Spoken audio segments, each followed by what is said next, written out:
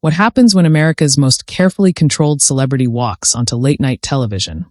And one question quietly crosses a line.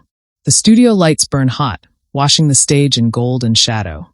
The applause sign flashes like an order, and the audience obeys instantly. Cheers rolling like thunder, whistles slicing through the noise. This isn't just applause for a guest. It's recognition. Power. Fame distilled into sound. Kim Kardashian steps out from behind the curtain, every camera snapping toward her as if pulled by gravity. She moves with practiced ease, dressed in a sculpted black outfit that looks less like clothing and more like armor. Calm. Precise. Untouchable. But something tonight feels different. Before we go any further, if you love cinematic, inside-the-room celebrity stories like this, subscribe to the Narration Show right now, and like and comment to let us know you're watching. Because what unfolds next is the moment no one expected, and everyone would be talking about by morning. Stephen Colbert rises from behind his desk, clapping harder than anyone else, his trademark grin stretched wide. He's done this thousands of times. Presidents, actors, icons. He knows how to make people comfortable. He also knows how to unsettle them, just enough. Kim Kardashian, everybody, he announces. The audience explodes again. They meet center stage. A quick hug. Polite. Professional. Cameras zoom in, capturing the perfect angles. Kim smiles, radiant and controlled, then settles into the chair opposite Colbert's desk. She crosses her legs, folds her hands in her lap, posture flawless. To the audience, she looks relaxed. Effortless. Inside, her mind is already working. She's played this game too long not to. Every interview is a negotiation. Every laugh is calculated. Every pause is intentional. Tonight is supposed to be simple. Promote, charm, leave. Another win. Colbert leans forward, elbows resting casually on the desk. It's great to have you back. Every time you come here, the internet basically collapses. Kim laughs lightly. I don't know why. I just show up. The crowd laughs with her. Easy. Warm. Safe. They start where everyone expects. Business. Schemes. Expansion. Success. Colbert jokes about her work ethic, about how she somehow has more hours in a day than everyone else. Kim responds smoothly, confidently. She talks about discipline, about focus, about building something from the ground up. Her voice is calm, assured. The voice of someone who has answered these questions 1,000 times and mastered them all. The audience nods along, captivated. This is the Kim they recognize. The mogul, the strategist, the woman who turned constant scrutiny into an empire. Colbert flips one of his blue cue cards, pretending to scan it. Now, I like to start with the easy stuff before we get into anything serious. Kim tilts her head slightly, playful. That sounds dangerous. Laughter ripples across the studio. But behind her smile, something tightens. A small, instinctive alert. She's learned to trust it. Colbert doesn't waste questions. When he sets something up like this, it's never just a joke. He asks about fashion. She jokes back. He asks about balancing work and family. Her expression softens instantly. When she talks about her kids, her voice changes, warmer, more human. The audience responds immediately. A collective ah rolls through the room. Phones are already recording. Clips are being born in real time. For a moment, everything feels perfect. Then Colbert shifts in his chair. It's subtle, barely noticeable, but the energy changes. His smile doesn't disappear, it sharpens. You've lived such a huge portion of your life in public, he says, slower now, more thoughtful. Do you ever feel like the public owns a piece of you? The room quiets just a little. Kim pauses. Just a beat. Enough to feel natural. Enough to stay in control. I think when you choose a public life, you accept that people will have opinions, she says carefully. But ownership? No. I still get to decide who I am. Applause. Light. Supportive. Colbert nods as if agreeing. Sure. But there are moments, big moments, where people feel like they watched you grow up. Your relationships. Your struggles. Your mistakes. The word mistakes hangs in the air longer than the others. Kim's smile doesn't fade, but it freezes. A micro-expression flashes across her face, so quick most people miss it. But the cameras don't. They never do. She answers smoothly. I've learned a lot from my life. Like anyone else. Colbert leans back. Of course. But not everyone's life is a global spectacle. A nervous laugh ripples through the audience. This is still playful. Still safe. Right? Kim shifts slightly in her seat, uncrossing and recrossing her legs. A grounding move. She keeps her gaze steady on Colbert.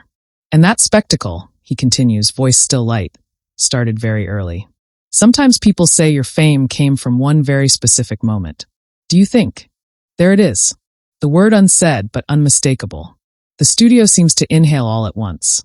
Kim's expression hardens, not visibly angry, not yet, but guarded. Walls sliding into place. She's been here before. She knows this territory better than anyone. I think that narrative is tired, she says evenly. And it ignores everything I've built since. Colbert raises his hands slightly, mock surrender. Hey, I'm not saying that's all you are. But you don't think it's fair for people to ask. Ask. There's a murmur in the crowd now. Some people shift in their seats. Others lean forward. Kim's jaw tightens. Her eyes stay locked on Colbert, unblinking.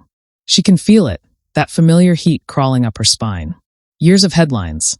Jokes. Late-night punchlines at her expense. Tonight was not supposed to be this. I think, she says slowly, choosing every word. There's a difference between asking thoughtful questions and reopening things that were painful and personal. The applause is louder this time. Stronger. Defensive. Colbert nods, but he doesn't back off. Painful, sure. But also transformative. Some might say it shaped everything that followed. The room goes quiet. You could hear a pin drop between the camera rigs. Kim leans back slightly, breaking eye contact for the first time as she exhales through her nose. When she looks back at Colbert, her smile is gone. Stephen, she says calmly, firmly, with respect, that question says more about how people want to reduce women than about my life. The audience erupts. Clapping. Cheering. A few audible gasps. Colbert blinks, clearly not expecting the shift to be this sharp. I didn't mean. But that's the problem, Kim cuts in, her voice still controlled but unmistakably edged. People don't have to mean harm to cause it. And I'm done answering for something that happened over a decade ago when I've proven myself every single day since. The tension is electric now. This isn't banter. This isn't late-night fun. Cameras zoom in on Colbert's face. His humor falters for the first time. He opens his mouth, closes it, then tries again. I hear you. I just think. Kim shakes her head once. Small. Final. No. I don't think you do. The audience reacts instantly. Half applause, half stunned silence. Somewhere off stage, a producer glances at a monitor, eyes wide. Kim sits taller now, no longer the guest playing along, but the woman reclaiming the room. I came here to talk about my work, my family, and what I'm building. Not to relive something the world refuses to let go of. Colbert nods slowly, the weight of the moment settling in. Fair enough, but the damage is done. The air feels heavier. Charged. Irreversible. And as the show cuts to commercial moments later, one thing is clear. This wasn't just an uncomfortable question. It was the spark. And when they come back, nothing will be the same. The red light above the main camera flickers off as the show slips into commercial, but the tension doesn't fade with it. If anything, it thickens. Applause dies down into scattered murmurs. The band lowers their instruments. Somewhere in the shadows, a producer lifts a headset, whispering urgently. Kim remains seated, hands clasped now, shoulders squared. Her expression is calm, but it's the calm of someone holding a door shut against a storm. Stephen Colbert clears his throat, offering a small, conciliatory smile that doesn't quite reach his eyes. We'll be right back, he says softly, more to the room than to her. The studio breathes again, but not easily. Kim stares straight ahead for a moment, eyes unfocused, mind racing. She's replaying the question, the tone, the timing. She knows exactly why it hit a nerve. It wasn't just about the past. It was about control. About who gets to define her story. For years, she let it roll off. For years, she answered politely, redirected, laughed it away. But tonight, something snapped into clarity. She's done shrinking her entire existence to a footnote everyone else finds convenient. The countdown ticks silently off camera. 5, 4, 3. The red light snaps back on. We're back with Kim Kardashian, Colbert announces, his voice steadier than his posture. The applause returns, but it's different now, louder, sharper, almost defiant. A portion of the audience is clearly on Kim's side. Others sense they're witnessing something unscripted, and that alone electrifies the room. Colbert turns toward her. Thank you for staying with us. Kim nods once. Of course. A beat passes. Too long for late-night television. The silence stretches, uncomfortable, honest. Colbert exhales. I want to be clear, he says, choosing his words carefully now. The intention was never to dismiss what you've accomplished. Kim tilts her head slightly. But intention doesn't erase impact. A murmur of agreement ripples through the audience. She continues, voice even but firm. I've spent my entire adult life answering for something that people refuse to let evolve. And when men are involved in scandals, they get redemption arcs. When women are involved, they get punchlines. Applause erupts again, louder this time. Someone whistles. The band members exchange glances. Colbert nods slowly. That's a fair critique. Kim's gaze doesn't soften. I don't need fairness, she says. I need respect. The word lands heavy. For a brief moment, Colbert's late-night persona slips, replaced by something more human. He shifts in his chair, fingers tapping lightly against the desk. Do you ever feel, he asks more cautiously now, that the public conversation has finally started to change? Kim considers this. Not for the audience. For herself. I think it's changing because women are refusing to play along anymore, she says. We're tired of being polite about being diminished. The audience stands clapping. This time, it's a partial standing ovation. Cameras catch faces. Young women nodding, older men looking thoughtful, some clearly surprised by the intensity of the moment. Colbert raises his hands slightly, letting the applause run. When it settles, he smiles, subdued but genuine. You're clearly passionate about this. I have to be, Kim replies. Because if I don't defend my story, someone else will rewrite it for me. Another pause. Another silence that no cue card can fix. Colbert tries to pivot. You've been studying law, working on criminal justice reform. That's not something people expected when you first entered the public eye. Kim's lips curve, not into a smile, but into something resolute. Exactly. And that surprise says everything. She leans forward now, matching his posture. People didn't expect growth. They didn't expect intelligence. They didn't expect seriousness. And that's not my failure. That's theirs. The crowd reacts instantly. Gasps, applause, murmurs of approval. Colbert nods. I think a lot of people underestimate how much pressure it takes to live under constant judgment. Kim's eyes meet his again, and this time there's no hostility, just truth. Pressure doesn't break you, she says quietly. Silence does. The words hang in the air, echoing. The band softly plays a transitional note, unsure whether to lighten the mood or stay back. Colbert glances at them, then back at Kim. I appreciate you calling this out, he says. Even when it's uncomfortable. Kim relaxes back into her chair slightly. Not defeated. Not victorious. Grounded. Uncomfortable conversations are usually the ones that matter. Applause swells once more, filling the studio with something that feels less like entertainment and more like recognition. But beyond the walls of the studio, something else is already happening. Phones buzz. Clips circulate. Headlines begin forming in real time. Social media splits into camps, some praising Kim for finally shutting it down, others accusing her of being too sensitive, too defensive. And as the camera pulls back for the segment's close, one thing is clear. This interview has crossed the line from late-night chatter into cultural moment. And the fallout? It's just beginning. As the final notes of the band fade, the camera pulls back, and the red light clicks off once again. Another commercial break. Another pause that does nothing to cool the heat that's now baked into the room.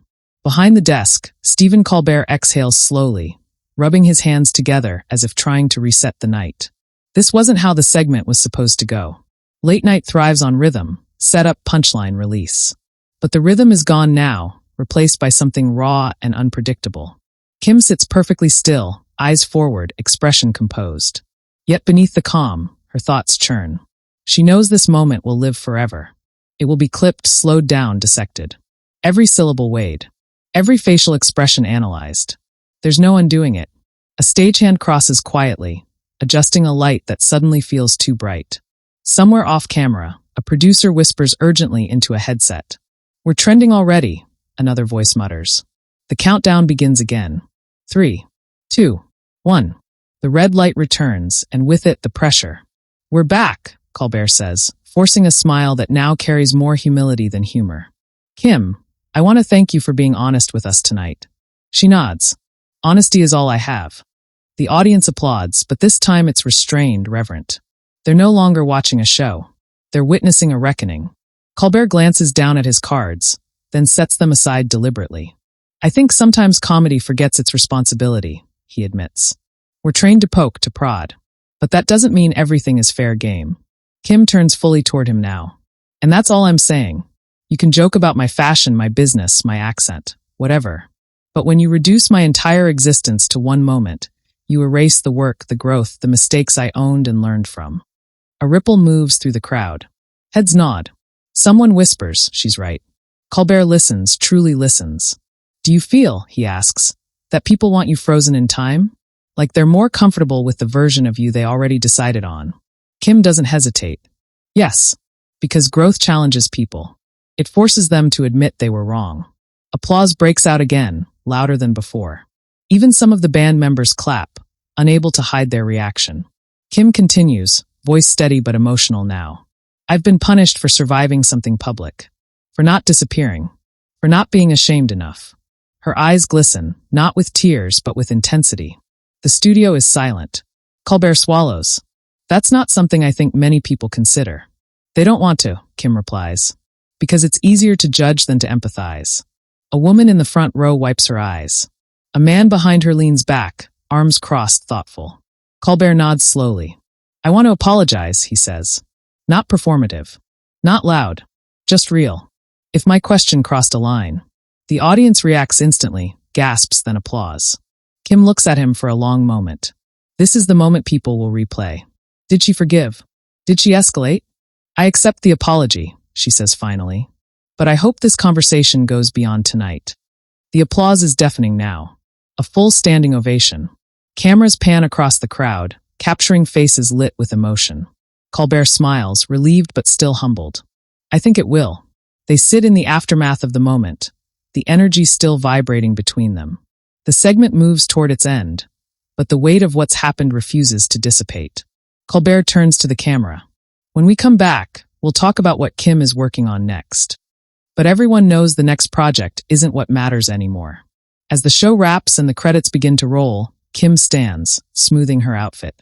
She shakes Colbert's hand, not tightly, not coldly, but firmly. A gesture that says enough. Backstage, the air buzzes. Staff members exchange looks. Some nod in admiration. Others worry about tomorrow's headlines. Kim walks down the hallway, heels echoing against the floor, phone already vibrating in her hand. Messages. Alerts. Notifications piling up faster than she can read them. She doesn't open them yet, because she already knows. This wasn't just an interview. It was a line drawn. And on the other side of that line, the world is about to respond. The studio empties. Cameras are packed away. The applause has faded, leaving a quiet hum in its place. But the energy from the segment lingers like smoke, impossible to ignore. Kim Kardashian walks down the hallway, each step deliberate, heels clicking against the polished floor, her posture unyielding. She's no longer just a celebrity guest. She's a force that disrupted the narrative in real time. Outside the studio, the world is already ablaze. Phones light up with clips from the interview. Social media erupts. Hashtags trend globally. Hashtag Kim shuts down Colbert. Hashtag respect her story. Hashtag late night moment. Memes are born, commentary floods in, debates ignite. Fans rally to her side, praising her courage. Critics dissect her tone, her phrasing, even her silence. Every moment from the interview is replayed, slowed down, magnified. News outlets scramble. Headlines scream. Kim Kardashian reclaims her narrative on Colbert. Kim's fiery response shocks late-night TV. Kim Kardashian won't let anyone define her. The story spreads faster than the evening itself, dominating feeds, television, and podcasts. Overnight, one question has sparked a cultural conversation. Back in her private dressing room, Kim removes her heels and sits, finally letting her shoulders relax. She scrolls through messages from friends, family, and advisors. Support, love, strategy, everything converges in a digital storm. She doesn't smile, she doesn't frown. She processes. This is the aftermath. Not just of one question, but of years of scrutiny boiled down to a single, unforgettable moment. Colbert, meanwhile, sits in his office, replaying the segment on a monitor. His usual humor is tempered now with reflection. He texts his team. We went too far. Learn something tonight. It's rare for him to admit this, but the room, the audience, the public, it's undeniable. Kim's words were precise, her control absolute, and the impact irreversible. Media analysts call in to discuss the fallout. It's not just an interview, one commentator says. It's a lesson in narrative control, celebrity agency, and the power of speaking your truth. Clips of Kim's calm, measured but firm words are replayed endlessly. Every news cycle references the exchange. Every tweet adds context. She becomes the story, not a footnote. And the fans? They're relentless. Tweets, posts, videos praising her courage pour in from around the globe. People celebrate her refusal to be diminished, her refusal to answer for mistakes that no longer define her. Others debate, dissect, criticize, but that's the point. She sparked conversation, and the world cannot look away. Kim rises, walking to the window, looking out over the city lights. The moment is over on stage, but it lives everywhere else. She has reminded the world that she is more than the headlines, more than the past, more than anyone else's version of her. She owns her story. For viewers watching this unfold, what do you think? Did Kim stand her ground, or was the moment too intense? Drop your opinion in the comments below, and make sure to subscribe to The Narration Show for more explosive, dramatic celebrity confrontations, behind-the-scenes stories, and moments that redefine fame itself. Because this night proves one thing. In the world of celebrity, narrative is power, and Kim Kardashian just claimed hers.